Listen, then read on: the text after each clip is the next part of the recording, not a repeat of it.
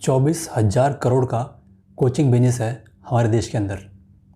हर साल 10 से 12 लाख बच्चे इंजीनियरिंग का एंट्रेंस एग्ज़ाम देते हैं। कोटा फैक्ट्री आपने सुना होगा। इन चीज़ों से आइडिया लगता है कि हमारे देश के अंदर कितनी अवेयरनेस है स्टूडेंट्स के अंदर, पेरेंट्स के अंदर इंजीनियरिंग की एंट्रेंस को लेके। मगर एक बार जॉब मिल जाएगी, उसके बाद क्या? या इंजीनियरिंग कॉलेज की पढ़ाई फिनिश करने के बाद क्या? बाद में फोकस कहाँ करना है? अगर आप स्टूडेंट हैं और इंजीनियरिंग करना चाहते हैं या इंजीनियरिंग कर रहे हैं, तो इंजीनियरिंग करने के बाद आपको जब जॉब करनी है तो कौन सा डिपार्टमेंट या कौन सा डिवीज़न आप वो कैसे चूज़ करते हैं, तो ये वीडियो देखें। अगर आप जॉब कर रहे हैं और जॉब के अंदर जो डिपार्टमेंट या डिवीज़न में आप काम करते हैं वो आपने खुद चुना है या आपको जो स्टार्टिंग में मिला था आपने वो ले लिया और अभी तक उस पर चलते आ रहे हैं, तो यह वीडियो आपकी हेल्प करेगा। तो आइए स्टार्ट करते हैं हमारा वीडियो।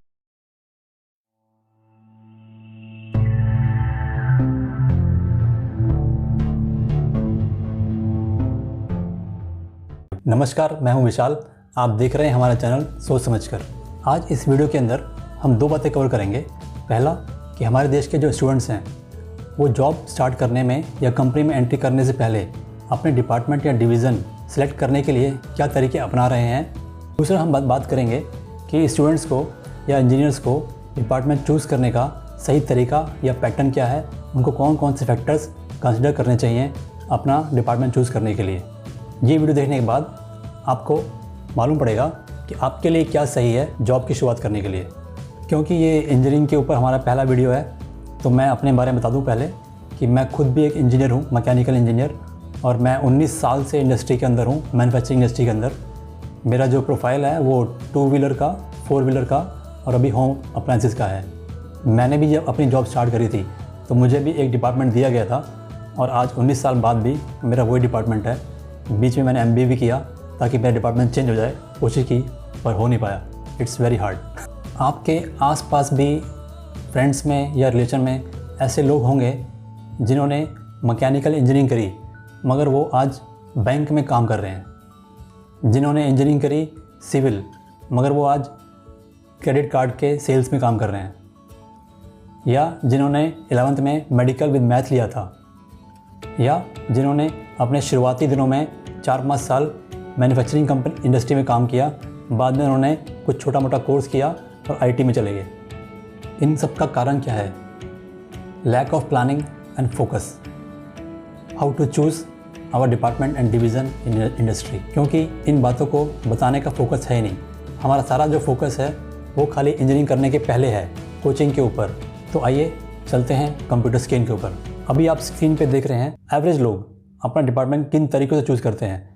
तो पहला तरीका है कि जो उनको मिला वो उन्हें चूज़ कर लिया।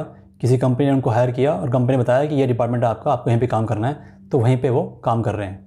दूसरा, कॉलेज के ड्यूरेशन के बीच में जो उनकी इंडस्ट्रियल ट्रेनिंग होती है, उस ट्रेनिंग के अंदर जिस जिस डिपार्टमेंट में वो काम करते हैं वहाँ से वो थोड़ा बहुत इन्फ्लुएंस लेते हैं, उनको थोड़ा आइडिया मिलता है। या फिर हमारे आसपास कोई हमारे रिलेशन में होते हैं, वो उनको बताते हैं कि हम मेंटेनेंस में काम कर रहे हैं या प्रोडक्शन में काम कर रहे हैं, तो आपके लिए डिपार्टमेंट सही है। या फिर हमारे कॉलेज का जो फ्रेंड है जिस डिपार्टमेंट में वो गया, हम भी वहीं जाते हैं। या फिर हमारा फैमिली बिजनेस है, तो जो हमारा बिजनेस का ही प्रोफाइल है वही प्रोफाइल हम जॉब के अंदर चूज़ करते हैं ताकि जॉब करने के बाद अपना बिजनेस ग्रो कर सकें। तो डिपार्टमेंट चूज़ करने के तरीका को जानने से पहले हम समझते हैं और समझाते हैं उन स्टूडेंट्स को कि एक कंपनी के अंदर कितने तरीके के डिपार्टमेंट होते हैं। आप देख रहे हैं स्क्रीन के ऊपर, ये हमने डिपार्टमेंट लिखे हुए हैं।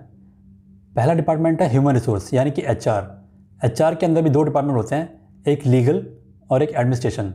दूसरा डिपार्टमेंट है मटेरियल्स या परचेज से आप समझ गए होंगे कि ये लोग वो हैं जो कंपनी के अंदर जो भी रॉ मटेरियल आता है उसका डिसीजन लेते हैं। तीसरा है IT के अंदर भी 2 डिवीज़न होती हैं, एक एडमिन जो सारे स्टाफ के ऑफिस का कंप्यूटर्स या PCs का मेंटेनेंस करते हैं, और दूसरा ERP जिस सॉफ्टवेयर के ऊपर कंपनी काम कर रही होती है। चौथा है लॉजिस्टिक्स मतलब कंपनी के अंदर जो भी मटेरियल आ रहा है या जो मटेरियल आप कस्टमर को भेज रहे हो उसका ट्रांसपोर्टेशन। चौथा है सेल्स एंड मार्केटिंग में भी 2 डिवीज़न होते हैं कि कुछ कंपनी एक्सपोर्ट करती हैं तो एक्सपोर्ट डिवीज़न अलग होता है, कुछ कंपनी अपनी जोन में बेचती हैं तो लोकल मार्केटिंग या सेल्स होती है। पांचवा है रिसर्च एंड डेवलपमेंट। ये लोग एक कंपनी के अंदर प्रोडक्ट को डिज़ाइन और उसके ऊपर रिसर्च करते हैं। 6th डिपार्टमेंट है जिसको हम आजकल वर्ड यूज़ करते हैं मैन्युफैक्चरिंग इंजीनियरिंग या प्रोडक्शन इंजीनियरिंग डिपार्टमेंट। इंजीनियरिंग या पीईडी डिपार्टमेंट वो है जो R&D के आउटपुट को यानी कि प्रोडक्ट के डिज़ाइन को बनाने तक एग्जीक्यूट करने का जो प्रोसेस है उनको डिसीजन लेता है या उनको फाइनलाइज करता है। तो हमने बात की डिज़ाइन की,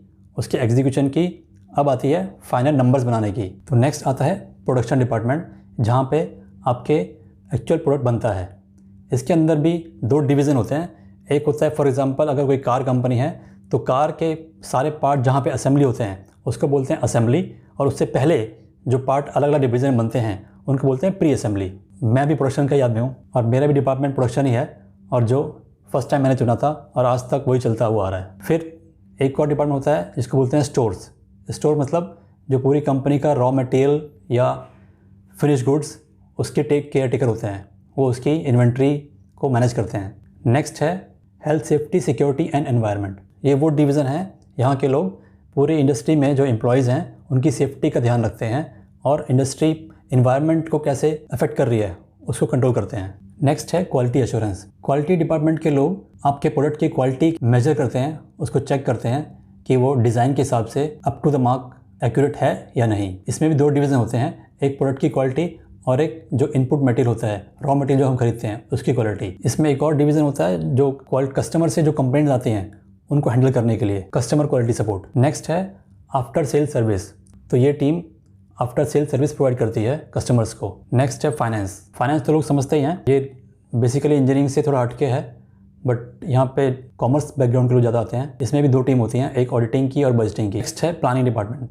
प्लानिंग कंपनी के अंदर आपको कितना मटेरियल खरीदना है, कितना प्रोडक्शन करना है, कितना आउटपुट करना है, वो सब प्लानिंग करते हैं। लास्ट है मेंटेनेंस डिपार्टमेंट। ये वो डिपार्टमेंट है जो आपके मशीनरी और इक्विपमेंट का पूरा अपकीपिंग और मेंटेनेंस करता है। अब इतने सारे डिपार्टमेंट में से एक फॉर एग्जांपल कोई मैकेनिकल इंजीनियर है तो ऑलमोस्ट 80% डिपार्टमेंट में वो काम कर सकता है। तो इनमें से कौन सा उसको चूज़ करना है, चूज़ करने के फैक्टर्स क्या क्या होंगे, आइए देखते हैं नेक्स्ट स्लाइड के अंदर। तो अभी आप स्क्रीन पे देख रहे हैं टोटल 15 डिपार्टमेंट हमने डिफ़ाइन किए कंपनी के अंदर। ये डिपार्टमेंट को चूज़ करने के लिए हमने एक रैंकिंग क्राइटेरिया लिया है 1 to 9। 1 to 3 जो नंबर है वो अबव एवरेज, 4 to 6 एवरेज और 7 to 9 बिलो एवरेज। किसी भी इंजीनियर के लिए जॉब के लिए प्राइमरी मोटिव क्या होता है, उसका पर्पस क्या होता है? Of course package. हम जॉब करना चाहते हैं क्योंकि हमको अच्छा पैकेज मिले ताकि हम अपनी लाइफ अच्छे से जी सकें। तो हमारी जो प्राइमरी रिक्वायरमेंट है उसमें हमने लिया है पैकेज। और अगर आपको इंडस्ट्री में चेंज मारना है, इंडस्ट्री चेंज करनी है, तो ये भी आपकी प्राइमरी रिक्वायरमेंट होनी चाहिए। थर्ड, आपका इंडस्ट्री के अंदर वो डिपार्टमेंट के अंदर किस रेट से करियर ग्रो करता है। तो ये 3 चीज़ें हैं जो प्राइमरी फैक्टर हैं, वो हर एक आदमी को कंसिडर करना चाहिए। इसके बाद नंबर 2 आता है सेकेंडरी रिक्वायरमेंट। सेकेंडरी रिक्वायरमेंट कि जब आप बेसिकली क्या होता है कि हर एक पर्सन टू पर्सन वेरी करता है, ये आपके बिहेवियर, एटीट्यूड, आपकी लाइक्स और डिसलाइक के ऊपर होता है। इसमें कुछ सही या गलत नहीं है, बट ये पर्सन टू पर्सन वेरी करेगा। सेकेंडरी में रिक्वायरमेंट में क्या 3 चीज़ें हैं? पहला कि जॉब के अंदर किस डिपार्टमेंट के अंदर वर्क प्रेशर कितना होता है। दूसरा कि आपके वर्किंग आवर्स कितने होते हैं। तीसरा कि आपका वर्क का स्पेस यानी कि एम्बियंस या एनवायरनमेंट कैसा है। तो हमने बात करी प्राइमरी रिक्वायरमेंट और सेकेंडरी रिक्वायरमेंट, दोनों के अंदर 3 फैक्टर कंसिडर कर लिए हमने। लास्ट है family time. Family time last है बट लीस्ट नहीं है। फैमिली टाइम को आपको टाइम मैनेजमेंट यूज़ करके मैनेज करना चाहिए। ये टोटल 15 डिपार्टमेंट्स हैं, इनमें से हम कुछ टिक करेंगे ताकि आपको समझ में आ जाएगा ये रैंकिंग का मीनिंग क्या है। तो आइए कुछ बात करते हैं कुछ डिपार्टमेंट की रैंकिंग के बारे में। फॉर एग्जांपल हम बात करते हैं HR, ह्यूमन रिसोर्स के अंदर करियर ग्रोथ को हमने रैंकिंग दिया है अबव एवरेज, क्योंकि यहाँ पे आपका करियर एक इंडस्ट्री के अंदर अगर आपने शुरुआत की है तो आप टॉप लेवल तक यानी कि VP HR या एग्जीक्यूटिव डायरेक्टर तक जा सकते हो। दूसरी कंडीशन इंडस्ट्री स्विच करना।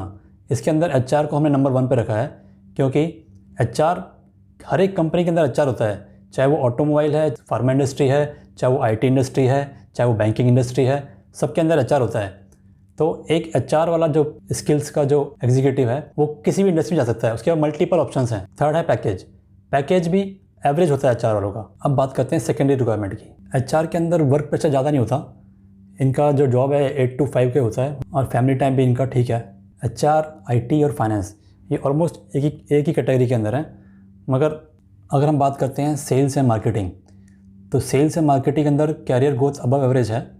इंडस्ट्री स्विच थोड़ी लिमिटेड हो जाती है इनके लिए एज़ कम्पेयर टू HR, क्योंकि जिस प्रोडक्ट की आप सेल्स या मार्केटिंग करते हो, आने वाले टाइम में वो आपकी एक एक्सपर्टाइज बन जाती है, तो आप खाली उसी इंडस्ट्री के अंदर जॉब स्विच कर सकते हो। पैकेज अबव एवरेज है। वर्क प्रेशर बहुत गंदा होता है इनके ऊपर, बिकॉज इनके मार्केटिंग के अंदर जो सेल्स टारगेट होते हैं वो बहुत ज़्यादा होते हैं, और आप सेल्स या मार्केटिंग के अंदर जो वर्किंग आवर्स होते हैं उनकी भी कोई लिमिट ही नहीं है, क्योंकि आपको रात को लेट आवर्स तक काम करना पड़ता है, कहीं क्लाइंट मीटिंग्स होती हैं वहाँ पे जाना पड़ता है। और फैमिली टाइप भी इनका बिलो एवरेज ही है, क्योंकि इनको जो जॉब है ज़्यादा ट्रैवलिंग की होती है, तो घर से बाहर ही रहते हैं बेचारे।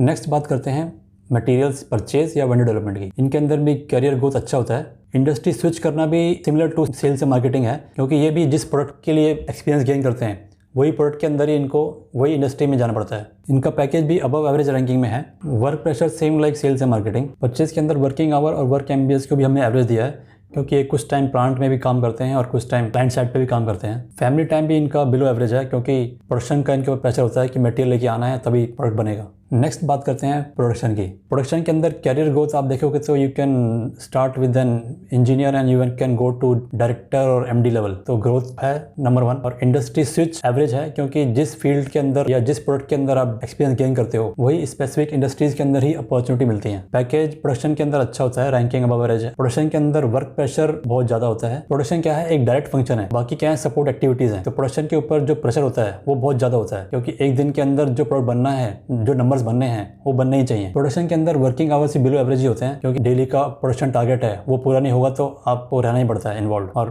जब आपके वर्किंग आवर ज़्यादा हैं तो आप फैमिली टाइम दे नहीं पाओगे, आपको छुट्टियों में भी काम करना पड़ता है। Quality assurance almost similar to materials है। नेक्स्ट बात करते हैं मेंटेनेंस की। मेंटेनेंस में क्या होता है कि ये लोग पूरे साल 365 डेज काम करते हैं।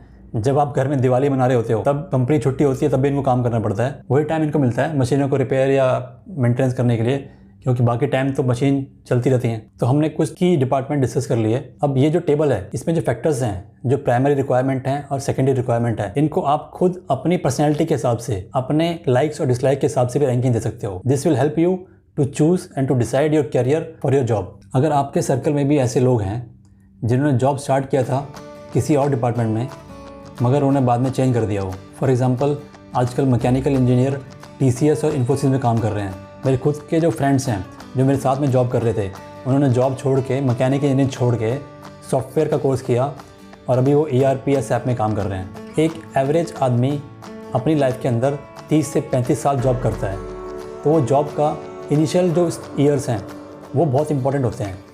वो आपका स्किल डेवलप करते हैं।